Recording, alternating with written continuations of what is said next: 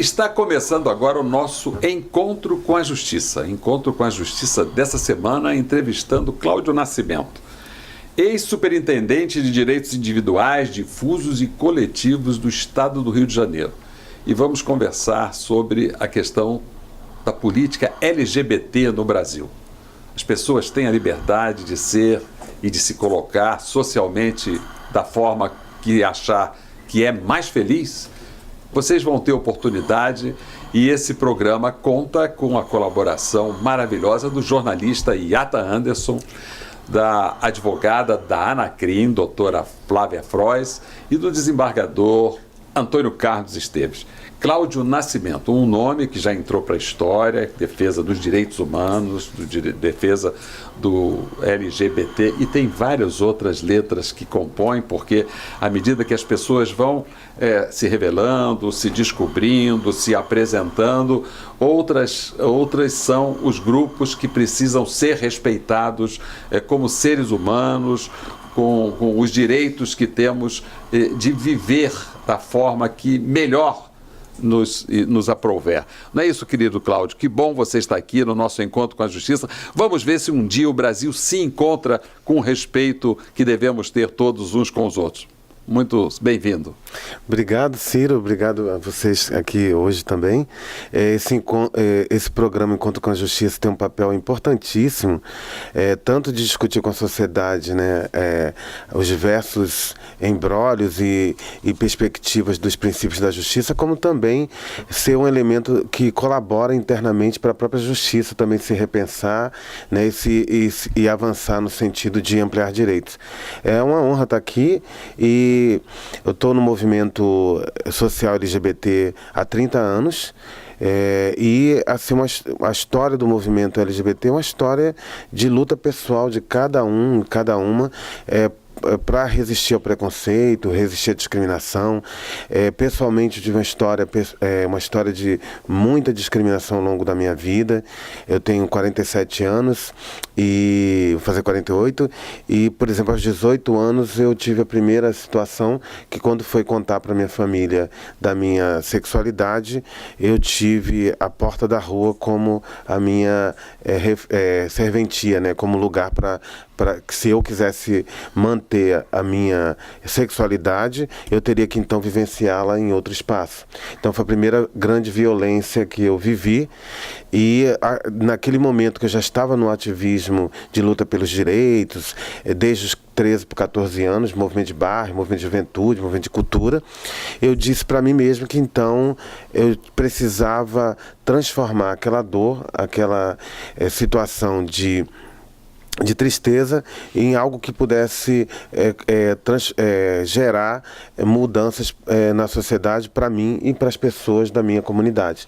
Ô Cláudio, por ocasião da Copa do Mundo, nós vimos que o público LGBT ainda sofre muitas restrições em muitos países, inclusive na Rússia, que é um país desenvolvido, mas onde o público LGBT sofre perseguições, violências maiores do que aqui no Brasil. E é interessante que foi também na ditadura, onde a repressão foi maior, que houve maior revelação e fortalecimento dos grupos LGBT.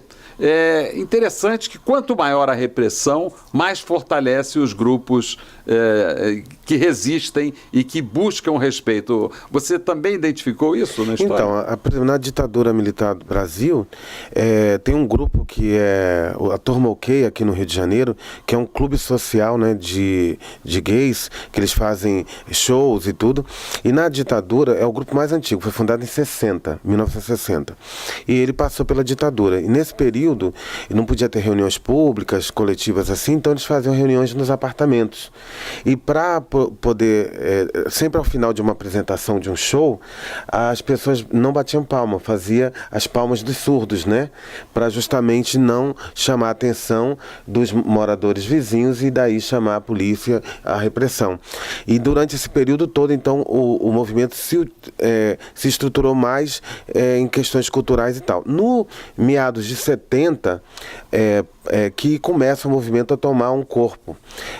A gente tem notícia do primeiro ativista considerado LGBT no Brasil, que é João Antônio Mascarenhas, militante aqui do Rio de Janeiro, jornalista, não advogado, mas atuava muito com as questões de direito.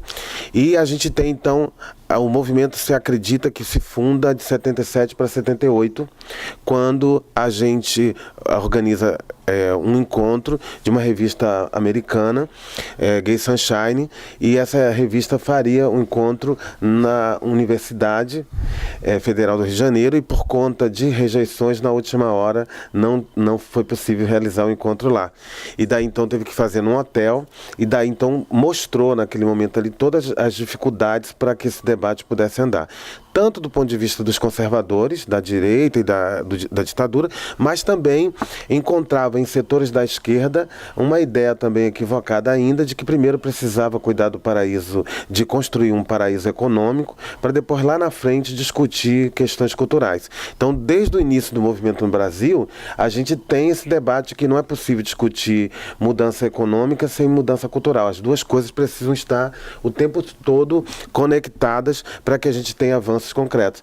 E aí, então, a data mesmo que a gente tem como fundação do movimento LGBT brasileiro é 78, quando se funda o jornal Lampião da Esquina, com Aguinaldo Silva, com Darcy Penteado, vários, James Green, vários personagens desse período, né? Aguinaldo Silva, grande autor de novelas e tal.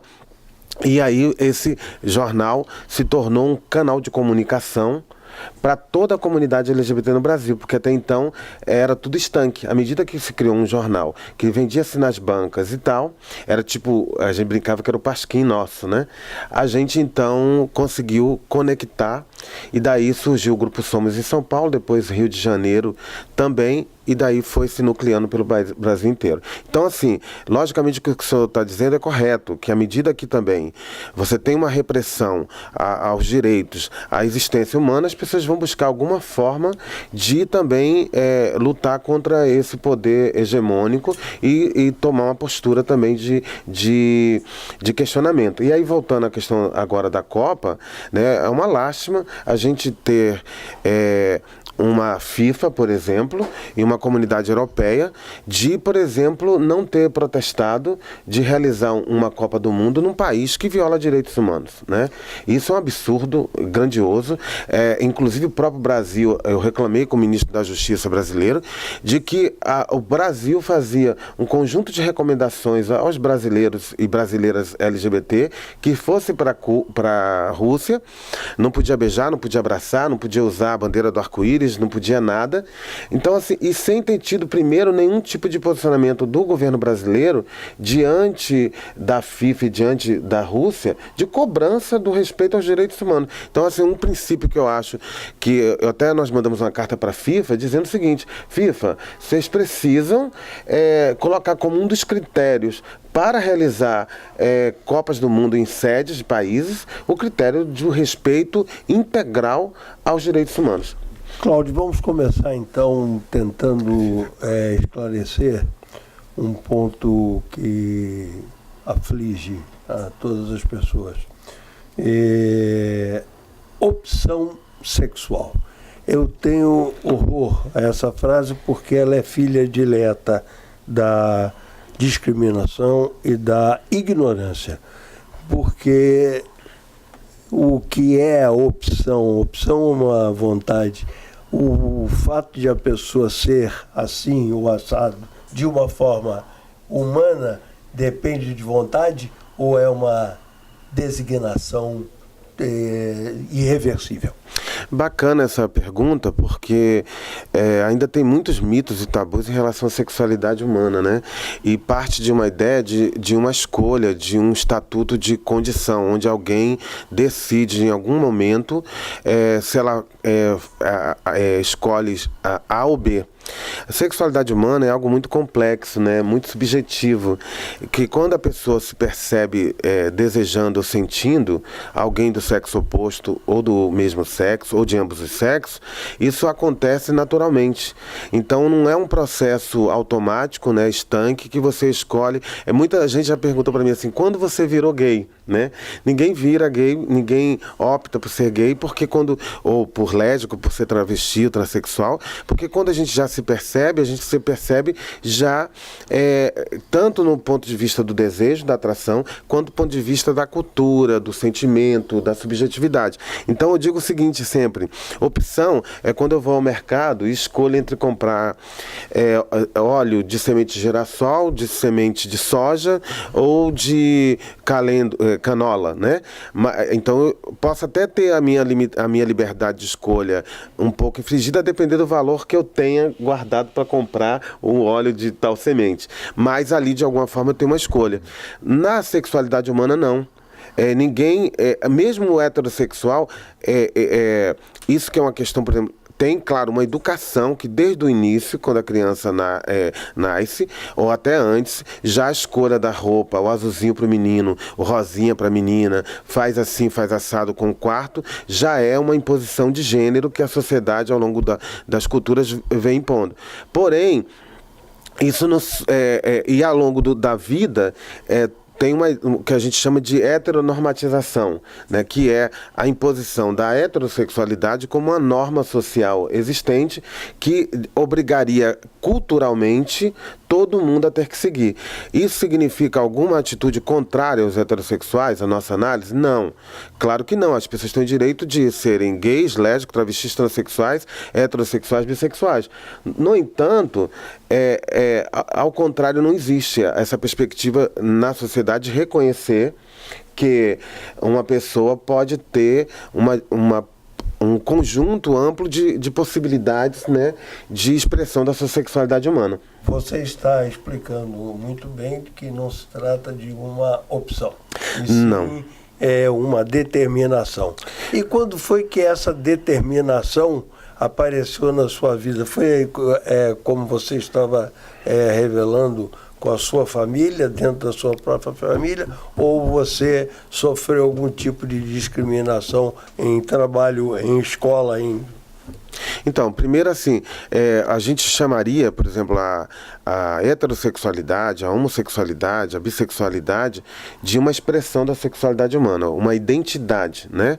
Que o indivíduo, ao longo do tempo, se percebe naquela identidade. Então, seria uma orientação sexual. A orientação sexual seria ou poderia ser expressão sexual, que seria a atração afetivo-sexual que a pessoa tem por ambos os sexos, para o mesmo sexo ou para o sexo oposto. Então seria tão tranquilo se a sociedade compreendesse essa diversidade e respeitasse. Cláudio, e aí, só pegando uma cancha no que você está dizendo aí, que eu acho que é importante, as pessoas não sabem diferenciar gênero e sexualidade. Eu acho que é importante você esclarecer para nós aqui no programa a diferença entre gênero e sexualidade. Muito bem. Então, voltando primeiro à pergunta do desembargador e completando com a sua, primeiro assim, até os meus 18 anos, eu não tinha consciência alguma da minha homossexualidade, né? Até então, eu... dentro das brincadeiras dos adolescentes e tal, sempre fui muito namorador, né? Na escola, nos movimentos de juventude e tal, e namorava meninas. E tem gente que fica muito assim, fala assim, mas como que isso aconteceu? Então, se sofreu uma violência, sofreu um preconceito, sofreu um abuso, porque tem sempre essa ideia de alguns setores ainda que tenta buscar uma explicação, né, para que você saia da norma. Mas não é do desejo, do afeto. E aí, aos 18 anos, eu brinco sempre...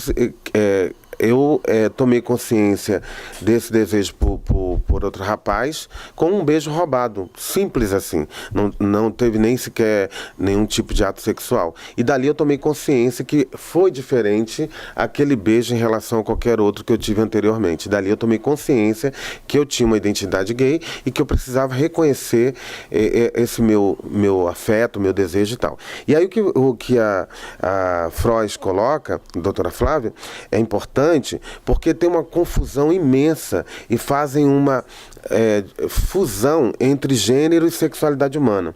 O gênero é como eu me percebo no mundo, como eu me apresento, como eu me reconheço dentro de uma identidade de gênero masculina, feminina, não binária, porque também hoje tem o conceito de não binarismo, que é a pessoa que não se reconhece nem na identidade de gênero masculina, nem na identidade de gênero feminina. Diz que isso tudo tem que ser destruído e as pessoas terem o direito de ser o que quiserem ser. E aí, por exemplo, nesse caso, as travestis e transexuais, muitas vezes muito rejeitadas e discriminadas, é fruto também dessa incompreensão. Que no caso das travestis transexuais, elas questionam ou negam ou não reconhecem o gênero que a sociedade a impôs quando ela nasceu do sexo biológico masculino, por exemplo. E ela diz, não, eu não me identifico com esse sexo, porque há uma ideia de fundir o sexo biológico com o gênero social. São coisas totalmente diferentes. Eu nasço no sexo biológico X, masculino, por exemplo, e não ter uma identidade de gênero masculina. No meu caso, por exemplo, eu sou um homem gay cisgênero. O que seria isso? Cisgênero é que há uma convergência, uma afinidade entre o sexo biológico com que nasci com a identidade de gênero que eu assumo, que é masculina também. Mas eu poderia ser, por exemplo, uma pessoa transgênero, que aí eu nasce com sexo biológico, feminino ou masculino, e ao longo da vida o meu gênero é oposto ao sexo biológico com que nasci. Mas por conta dessa tentativa de fundir tudo, biológico e cultural, é que cria esse preconceito todo. E aí a orientação sexual, a sexualidade, o gênero está também, mas a orientação sexual ela não tem a ver com o gênero. Por exemplo, uma pessoa pode ser transexual, uma mulher transexual, e ela não é homossexual, ela é heterossexual, porque ela vai dirigir o seu afeto, o seu desejo para uma pessoa do gênero oposto a ela, o gênero cultural, social oposto a ela. Mas ela pode também ter afinidade com um homossexual. Então, por exemplo, uma pessoa trans, ela pode ser heterossexual, homossexual ou bissexual. Por isso que às vezes entorta um pouco a cabeça. Eu lembro de uma amiga minha, solista de um teatro, não vou dizer qual para não criar situação. Ela era uma mulher transexual, fez todo o processo de cirurgia e tal, e cirurgia não é condição para designar se é transexual ou não, e sim como a pessoa se coloca no mundo. E ela vive como uma mulher. Então, por exemplo, ela é uma mulher trans lésbica, porque ela tem uma relação, uma identidade sexual homoafetiva, homossexual. Então são coisas diferentes, mas o mais importante de tudo, disso aqui, é dizer o seguinte: se as pessoas entenderem que os seres humanos são diversos e ao mesmo tempo são singulares, e não querer impor o que eu sinto ou penso sobre o mundo para as outras pessoas, fica tudo mais fácil. Ô, Cláudio, diante dessa complexidade que você está simplificando com as suas palavras e orientações, como é que foi o seu trabalho como superintendente de direitos individuais, difusos e coletivos? Que tipo de trabalho em matéria de políticas públicas você conseguiu fazer estando no governo? Então, em 2006 foi uma eleição bastante pesada, né? E teve naquela época uma disputa no segundo turno que a gente conseguiu pautar o debate da cidadania LGBT nas eleições. E naquele período, então, a gente conseguiu que um dos candidatos que veio a ser eleito assinar uma carta compromisso com a comunidade LGBT. E com essa carta compromisso, então, quando ele assume, a gente cobra a execução desse compromisso. No primeiro momento, fui logo convidado, logo que a eleição acabou, para compor o governo, e eu fiquei muito resistente, porque a história da República Brasileira é a história de cooptação das lideranças dos movimentos sociais para os governos, e eu tinha muito medo de ser mais um. E quando acabasse o meu capital político, jogava no lixo, né? E pronto.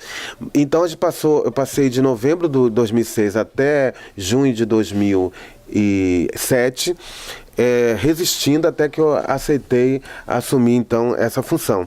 O que a gente viu naquele momento? Que o quadro de violência era muito alto contra a comunidade, um quadro de omissão dos setores públicos, especialmente no campo da segurança, da política de atenção a vítimas de discriminação. E já tinha a comunidade LGBT, junto com o próprio Dr. Ciro Darlan e outros juristas, elaborado um conjunto de sugestões, propostas, né, para enfrentar a discriminação, envolvendo parceria da segurança pública com a defensoria, com o campo da justiça, com o Ministério Público, mas não tinha o executor dessa política. Então, a primeira coisa que eu me preocupei quando eu entrei no governo, foi primeiro ouvir a comunidade LGBT e um conjunto de juristas e profissionais da área de sociologia e tudo mais, para pensar que caminho a gente podia fazer. E aí o que foi visto naquele momento era que era necessário ter um programa que combatesse a violência e a discriminação. E daí então a gente criou o Programa Estadual Rio Sem Homofobia, que foi um programa que inclusive ganhou em 2013 o Programa de Melhores Práticas em Políticas Públicas pela União Europeia, né? Porque a gente conseguia combinar um trabalho de política de proximidade, juntando polícia e a militância LGBT em vários municípios do Rio, acompanhamento dos casos de discriminação, cobrando investigação e apuração dos crimes, parceria com a Defensoria Pública, com a Justiça, para poder dialogar esses crimes no Poder Judiciário, e ações de educação para também mudança de comportamento, que a gente entendia que, além da ação corretiva, direta, de atenção às vítimas de violência, era necessário também ter um outro lado, que era trabalhar também novas mentalidades da sociedade carioca e fluminense. Então a gente fez uma grande campanha contra a discriminação em rádio, TV, com investimento altíssimo. Então a gente começou por aí. Criou o Disque Cidadania LGBT, que era um serviço telefônico 24 horas, que em 7 anos de existência, atendeu quase 100 mil pessoas durante esse período de 7 anos, 2009 a 2016.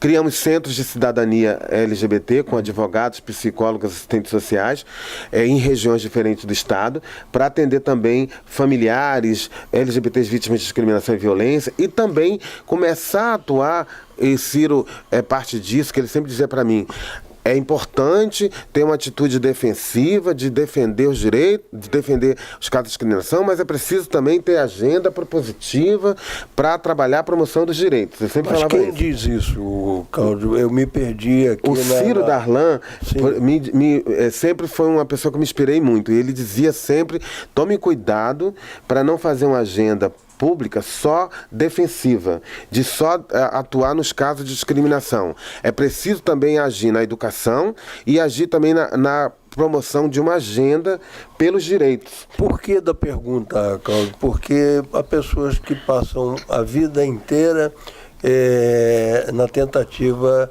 de omitir, de esconder a sua condição humana, da sua condição humana, e morrem infelizes.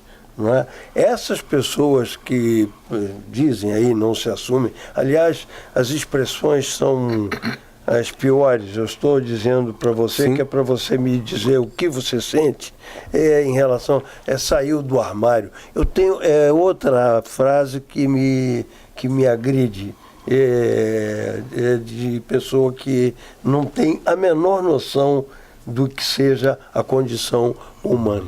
Eu quero que você fale sobre esse tipo de pessoa que se rende ao hábito, ao costume, e acaba vivendo ou morrendo infeliz. Então, essa é uma situação bem complexa e bem difícil. Primeiro, do ponto de vista de conceitos, a gente trabalha a ideia do coming out, ou do sair do armário, no sentido seguinte, de que é fundamental que também para que a gente amplie os direitos, amplie a noção de cidadania a esse público, é necessário que essa população também se coloque, se apresente, para cada vez mais se tornar costumeiro e fazer mudança de costume, né? Porém, isso não é algo obrigatório, porque as pessoas sabem a dor e a delícia de ser o que é, como Caetano já versou sobre isso. Então a gente respeita as limitações e as questões de cada um. Porém, tem algumas pessoas que rejeitam, que discriminam, que utilizam da chantagem, da extorsão, para, por exemplo, tentar tirar vantagens, por exemplo, de homossexual que não é assumido, para poder, com isso, ter vantagem. Se você não me der um dinheiro, eu vou falar de você. Se você não fizer o que eu quero, eu vou falar de você. Isso tem várias situações de assédio em empresas, em locais, né? Por conta disso, quando se descobre a orientação sexual de uma pessoa. Então, o que a gente orienta sempre, que é doloroso no início, mas depois vem um momento de bonança, de felicidade, porque a pessoa se reencontra consigo mesma, à medida que ela sai desse lugar de ter várias máscaras, tendo que viver várias personalidades ou situações em lugares diferentes. Ô Cláudio, por que batem, por que perseguem, por que matam os gays? Então, e aí... números, você tem números dessa violência? E aí bate muito, tem a ver também, com Ciro, com essa pergunta com do desembargador, que esse ambiente todo hostil de imposição de uma sexualidade como padrão, da heterossexualidade como padrão, que desde pequeno existe uma pressão para que você siga um modelo. Toda a cultura está estruturada para a negação do diferente e da diferente. Então, quando isso acontece, quando a pessoa se percebe, muitas delas têm vontade de morrer, muitas delas se rejeitam.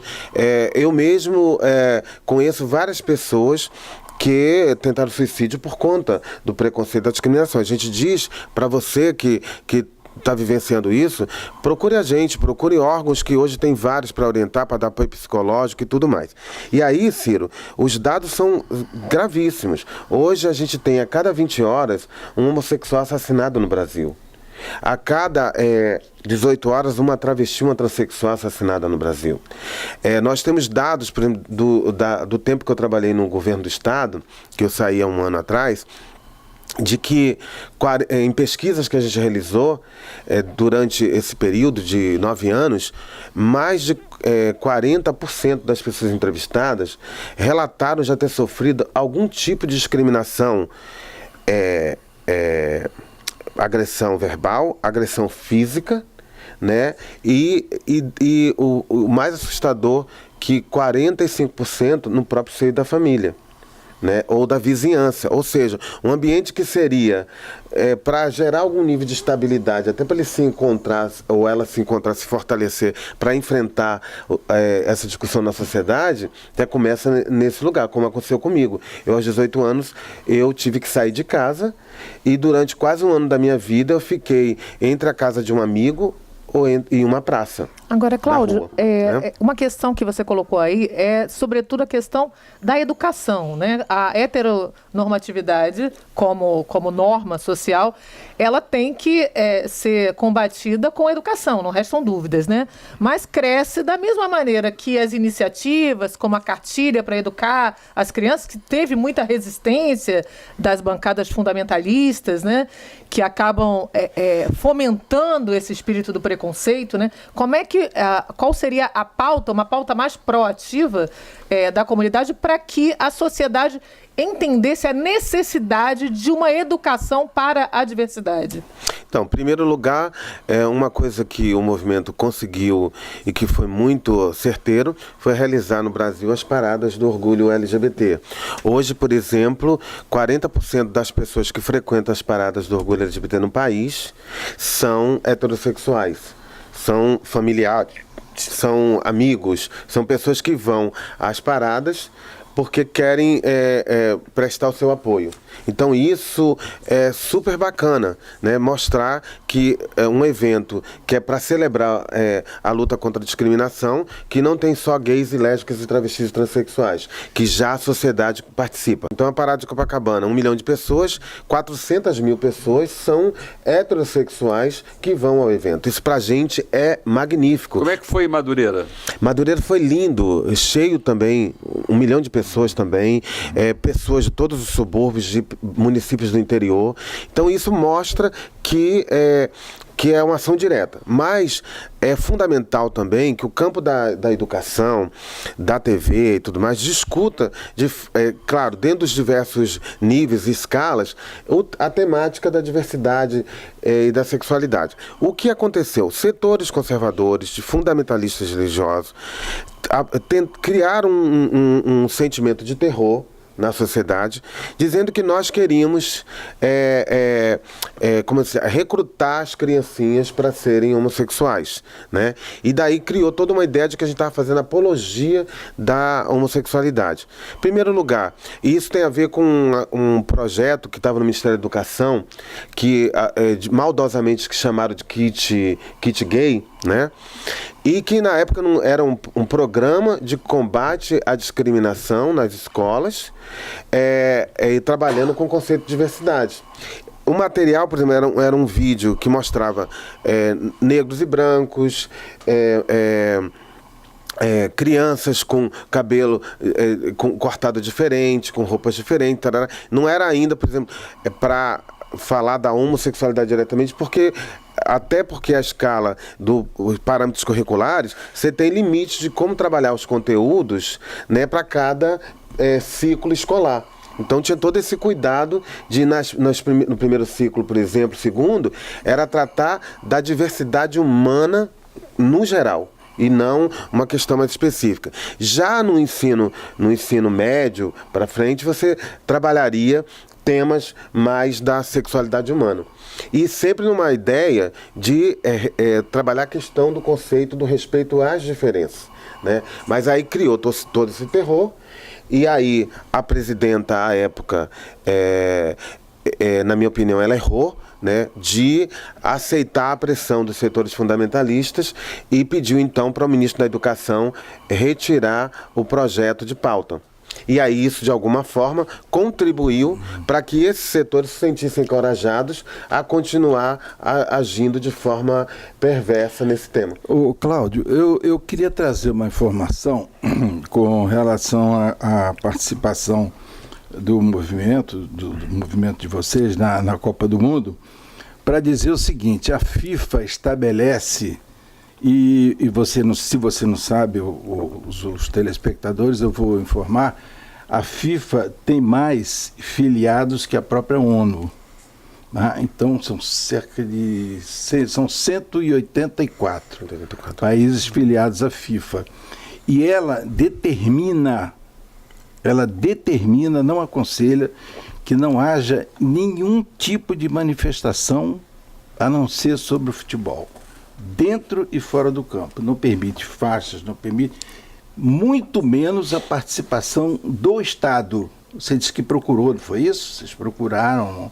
Então ela não permite nenhum tipo de manifestação e, principalmente, ingerência do Estado no que está acontecendo durante a Copa do Mundo. Talvez, não sei se essa informação, se todos sabem dela, mas ela é muito rigorosa. Já houve punição de afastar seleções por 2 Copas do Mundo. Iata, mas se isso é verdade, você, com seu conhecimento, você afirma isso, mas também é verdade que a FIFA tem contribuído muito na luta contra o preconceito racial. A FIFA faz cartazes, coloca... Toda a Copa do Mundo toda estava com cartaz. Então, eu acho que a FIFA também tem esse papel didático, educador, já que lida com o esporte. Mas nós estamos aqui com a bandeira do arco-íris, em homenagem ao nosso convidado Cláudio Nascimento. E teve um deputado que determinou a mudança de uma creche que chamava-se Creche Arco-Íris, E ele fez um projeto de lei para mudar o nome da creche Arco-Íris. Arco-Íris é a coisa mais linda que tem na natureza. Que absurdo, Cláudio. Como é que foi isso, Cláudio? Olha, é tão absurdo tudo isso, porque aconteceu exatamente esse pedido de retirada do nome. E assim, a gente ficou abismado, saiu um protesto de vários lugares, cartas, notas e tal.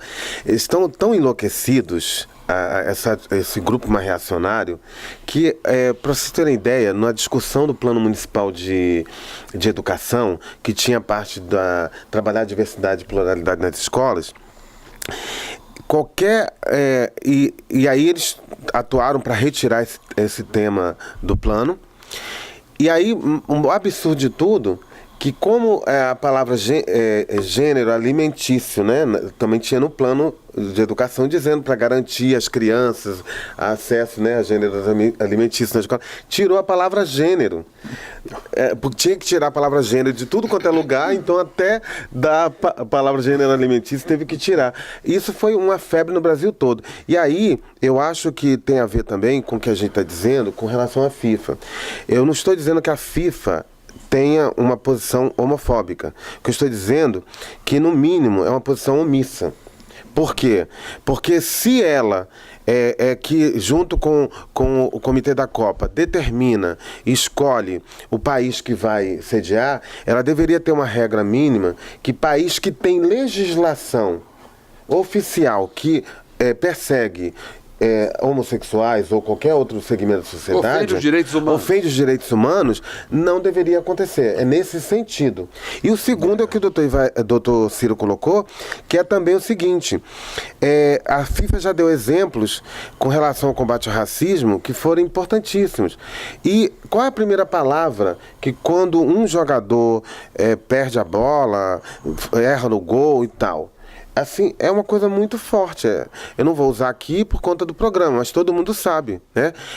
Palavras que sempre vão fazer referência à sexualidade, e principalmente à sexualidade do homossexual. Então isso está claro que nesse espaço precisa avançar. Tanto foi assim que o movimento Fair Play, inclusive, é feito pela própria FIFA. Tanto é que em 2014, aqui na Copa do Brasil, nós realizamos uma campanha chamada, nós do Estado na época, o Ciro participou também, chamada Discriminação é Gol Contra, e que trabalhava a questão do racismo, da discriminação de gênero contra a mulher, né, e dos LGBTs e de intolerância religiosa.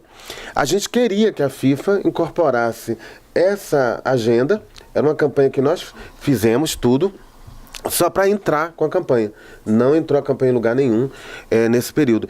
Eu acho uma perda para a própria FIFA e para a própria discussão do futebol, que é um esporte amado por todo mundo e que seria uma forma muito bacana de entrar com várias informações. Mas a FIFA, corrija-me, Iata, se eu estiver errado,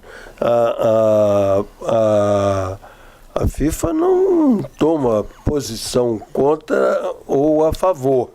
Daí o Cláudio está a se referir à omissão. Mas o fato é o seguinte, há situações muito delicadas e que eu acho que chegou a hora de nós colocarmos aqui.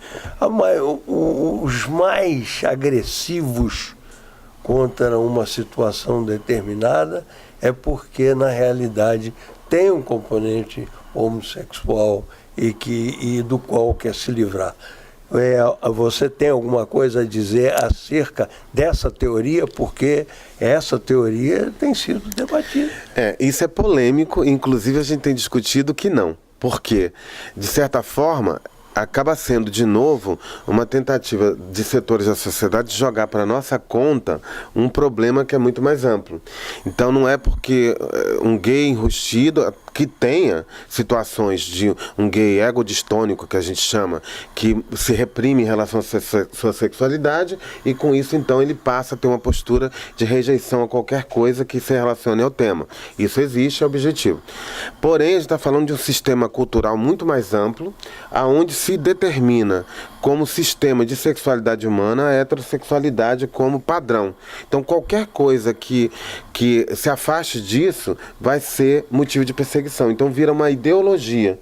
que é muito ampla. Então, nesse sentido, esses segmentos que reagem contra nós tem a ver com uma perspectiva de mundo equivocada de achar que só aquela maneira de existência humana, de sexualidade, de existência cultural é possível ser aceita. Então é nessa lógica. Cláudio, a arte tem demonstrado ao longo do tempo uma série de situações, a começar por Oscar Wilde, que teve que se mudar de país e, enfim, que você conhece bem. E há um filme, chama-se A Gaiola das Loucas, porque lamentavelmente a tradução é literal. Sim. É isso mesmo, mas eu tenho a impressão de que a arte ali ajudou mais do que agrediu. Eu tenho a impressão de que aquele filme é importante. Nesse ponto da arte, o que você tem a dizer? Quem pode ajudar e quem opõe obstáculos ao movimento? Você tem esse modo de ver? Olha, a arte sempre foi o timoneiro da civilização, né? A arte sempre aponta para frente, mais à frente do que a gente pode enxergar. É na arte que a gente consegue ter liberdade para pensar o novo, se possibilitar, né, na nossa existência humana e se encorajar, ter esperança de que é possível a gente construir outros caminhos. A arte hoje com a contemporânea, né, ela é muito crítica, né? Inclusive muito questionada por alguns setores se é arte ou se não é, porque traz outros elementos para se pensar a arte, inclusive situações que no passado, comparando a uma tradicional, mais clássica, poderia não ser considerada, né? Um pote no meio de uma sala com os grãos de areia e com uma frase, poderia no passado dizer, isso não é arte, isso é qualquer outra coisa menos arte e tal. E a arte contemporânea, ela traz essa possibilidade de introduzir também narrativas questionadoras, né, libertárias e tal. Então, para mim, eu vejo como um ambiente fundamental. Ô, Cláudio, você falando em arte, e nós estamos aqui com a arte em cima da mesa, que é a bandeira do arco-íris. Qual é a vinculação dessas cores com o movimento LGBT? Então, é muito interessante porque não foi uma escolha consciente de fazer o arco-íris ser a bandeira nossa. Em 69 aconteceu a revolta de Stonewall, que foi quando pessoas LGBTs, especialmente travestis e gays, reagiram, e travestis gays e lésbicas reagiram a batidas policiais corriqueiras que aconteciam num bar chamado Stonewall Inn, num bairro Greenwich Village, em Nova York, e que era sempre achacando, tirando dinheiro das pessoas e tal. Chegou uma noite que essa comunidade resolveu reagir. E durante 3 dias, 26, 27 e 28, a comunidade reagiu à violência homofóbica da polícia local. E dali, então, foi considerado o dia da dignidade, da emancipação, da atitude. E foi, então, o dia 28 de junho, considerado o Dia Mundial do Orgulho LGBT. No ano seguinte, foi feita uma passeata onde se introduziu elementos das artes nesse evento. E aí, então, um estilista criou umas faixas de tecidos para que as pessoas andassem, um grupo, na parada para dar mais volume. Chegou um momento que essas faixas de tecidos, elas andaram paralelamente.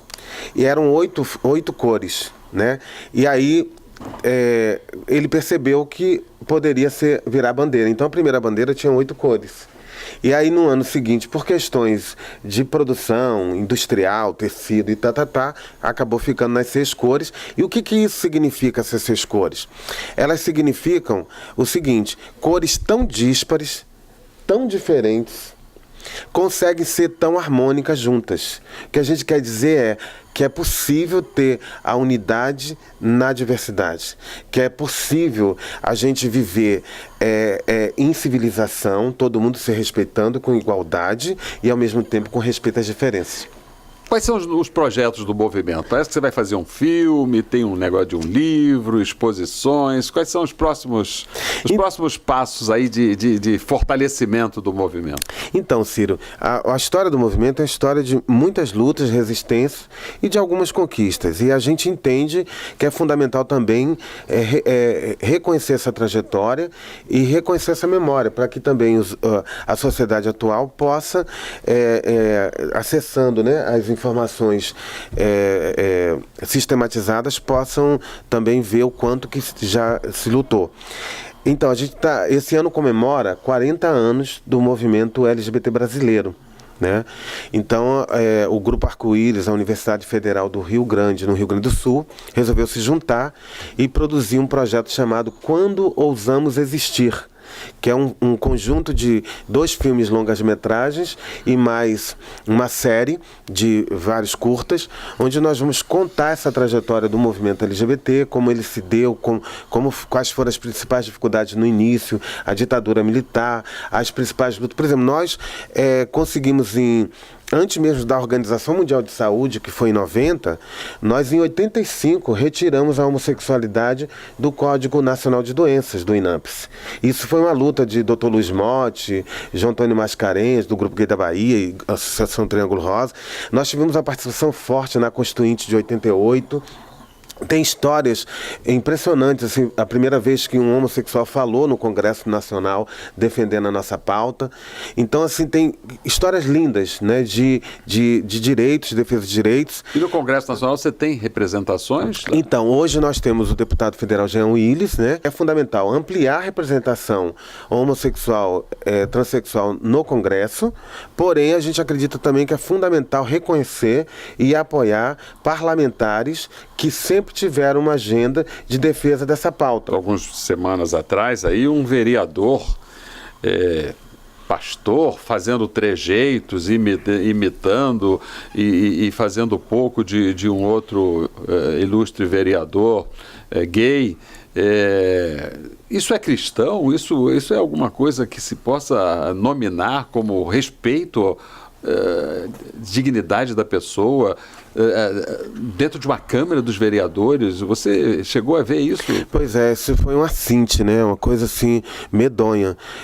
O vereador Antônio de Paula, que se diz pastor, né? Se diz pastor, representante do prefeito da cidade, defendeu o prefeito, né, naquela abertura ou não do impeachment. Ele foi contra a abertura do processo e ele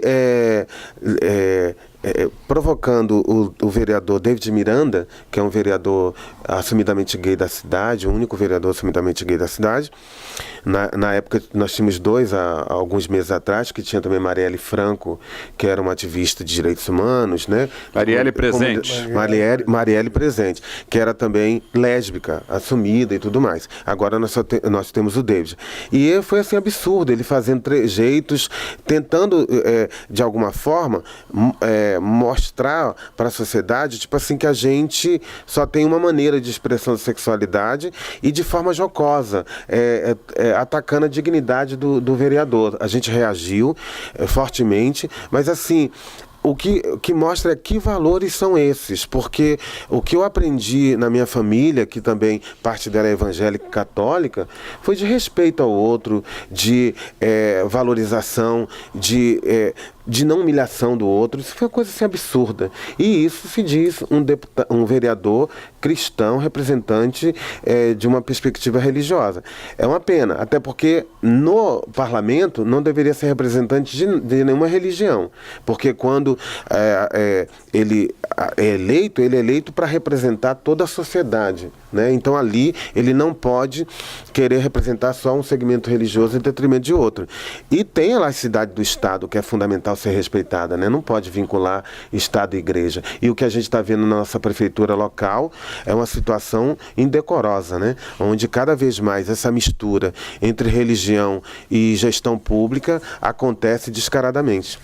A propósito, Cláudio, nós também temos segmentos evangélicos que estão destinados a fazer cultos para o público gay, né? Não tem algumas igrejas evangélicas? Tem igrejas, tanto chamadas igrejas inclusivas, que são igrejas que foram criadas recentemente, tem um fenômeno de 10, 15 anos, e tem também as igrejas tradicionais que têm uma perspectiva também progressista. Exemplo disso, a igreja anglicana e luterana aqui no Brasil, no Rio de Janeiro, tem tido uma postura bastante positiva nesse debate. Eu acho que você não pode deixar de falar sobre o Papa, que tem sido uma figura importantíssima contra a discriminação filha da ignorância. Eu acho que... Não, está correto, isso é fundamental. A questão, eu ia chegar lá. Nós temos, então... mas eu queria mais seguir para o campo das igrejas protestantes, porque é o debate que tentam dizer que é os protestantes contra os LGBTs, né? E na prática não é bem assim. Nós também temos, na verdade, setores neopentecostais ou mais fundamentalistas que têm essa postura que quer representar ou dizer que representa a totalidade. E tem algumas pesquisas atualmente que têm mostrado, por exemplo, que a posição do líder religioso nem sempre é a posição de quem acompanha aquela religião. Então isso mostra que mesmo eles querendo impor uma maneira única de pensar, parte de seus fiéis já começam também a ter uma postura questionadora. Então a nossa esperança é que aumente essa parte e cada vez mais a gente consiga viver em comunhão e respeito, porque não é possível uma religião querer se impor como lei para toda a sociedade. Todo mundo tem o direito, né, Ciro, de se existir como religião ou como postura de pensamento, mas nunca pode querer impor ao outro ou a outra pessoa aquela maneira de pensar como uma única possibilidade. Ô Cláudio, inclusive você tem a sua família própria, né? Você é casado com o João, tem 2 filhos, não são 2 ou 3 filhos aí? 2. 2 filhos aí. Então, fale um pouco aí dessa sua família, que é um exemplo de formação familiar, de união, que eu tive a honra de estar testemunhando lá como celebrante desse casamento. Então, em primeiro lugar, assim, o programa está pegando algo em furo de reportagem. É o primeiro que eu vou falar publicamente sobre o assunto. Há 6 meses eu e o João nos separamos, depois de 10 anos de união juntos. Mas a vida é isso, a gente precisa, tanto na vida heterossexual, na vida homossexual, a gente casa, descasa, né, é normal, e isso acontece. Mas a família permanece e os filhos que a gente... a família eleita que a gente construiu ao longo desse tempo é um patrimônio afetivo magnífico. Ontem mesmo estava comemorando o aniversário do meu filho, que agora já está com 16 anos. A gente adotou com 8 anos. Então, assim, é uma alegria imensa. E aí aquelas ideias bobas, né, das pessoas acharem, vai virar homossexual, não sei o quê. Eu até brinco assim, hoje, que eu nunca tive essa preocupação.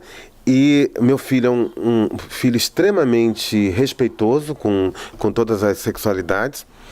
É um menino heterossexual, falo isso com orgulho? Não falo com orgulho, porque a sexualidade dele podia ser o que ele quisesse ser. Mas isso só mostra que é uma bobagem, né, de tentar impor uma ideia de que a gente vai transformar os comedores de criancinha, transformar em homossexual. Isso não acontece.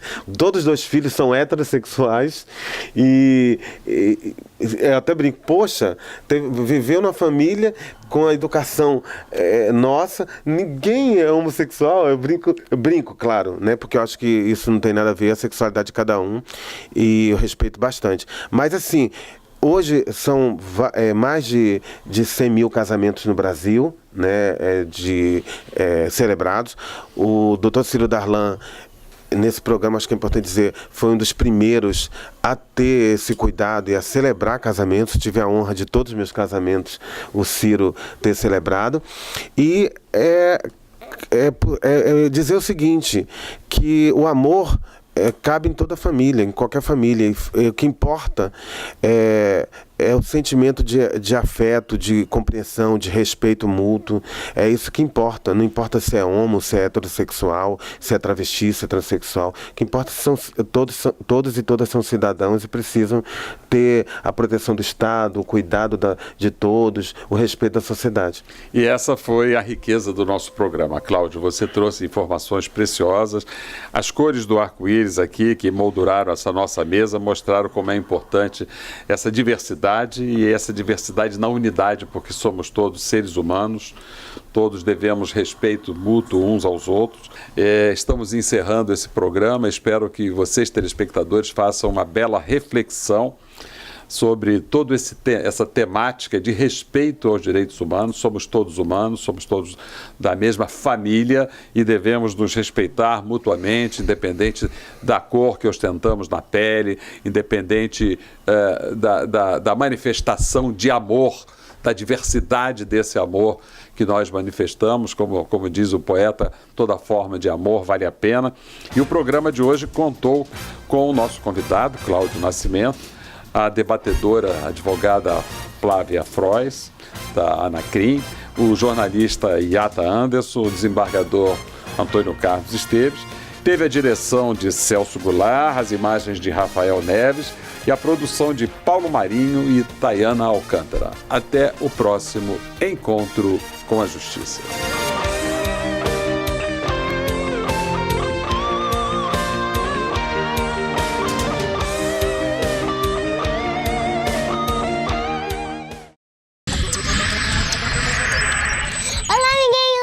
TV que está no ar. E hoje vamos falar sobre um assunto muito chato para as crianças na escola: o bullying. Aqui conosco o desembargador Ciro Darlan. Doutor Ciro, explica para os nossos amiguinhos o que é bullying. Oi, Monique. Que bom que você está se preocupando com esse tema. Olha, bullying é toda vez que a gente causa dano à imagem, psicológico, físico, a um amiguinho. Isso é muito ruim, porque todos nós temos a nossa maneira de ser. Todos nós somos diferentes. Ninguém é bonito e ninguém é feio. Cada um tem o seu jeito de ser, o seu jeito de aparecer, e nós devemos respeitar os nossos semelhantes como eles são. Cada vez que nós faltamos com respeito aos nossos amiguinhos, nós praticamos bullying, porque nós fazemos o nosso amigo sofrer, nós fazemos o nosso amigo chorar, e isso é sempre ruim, porque nós devemos sempre viver no mundo para fazer as outras pessoas cada vez mais felizes. O que os professores devem fazer caso aconteça na sala de aula? Infelizmente isso acontece muito nas escolas, que é o lugar onde as pessoas devem ser educadas para se respeitarem mutuamente. Quando isso acontecer na escola, esse fato deve ser comunicado imediatamente à professora, para que a professora interfira, aconselhando as pessoas que praticam bullying a não mais fazer. Se esse menino ou essa menina praticou bullying com o coleguinha, a professora deve interferir, mostrando para ele quanto sofrimento ele está causando para as vítimas do bullying. E com isso, sanar esse problema. Não é uma questão de chamar a polícia, não é uma questão de punir o autor do bullying, mas de educar para que ele não pratique mais esse tipo de violência, de sofrimento contra os amigos. E os pais? O que tem que fazer? Olha, o combate ao bullying deve começar dentro de casa, né? Quando você convive com seus amiguinhos, com seus irmãos, os pais devem, desde o primeiro instante, educar os seus filhos para que haja respeito mútuo. Se você olhar no seu dedo das mãos, não existe nenhum dedo igual ao outro. Todos os dedos são diferentes e você deve tratar esses dedos com o mesmo carinho, com o mesmo cuidado. Assim somos nós, humanos. Todos nós somos diferentes e devemos ser respeitados nas nossas diferenças. Isso é um papel dos pais, educar os filhos para que respeitem os outros. Por hoje é só. TV Eka volta no próximo programa.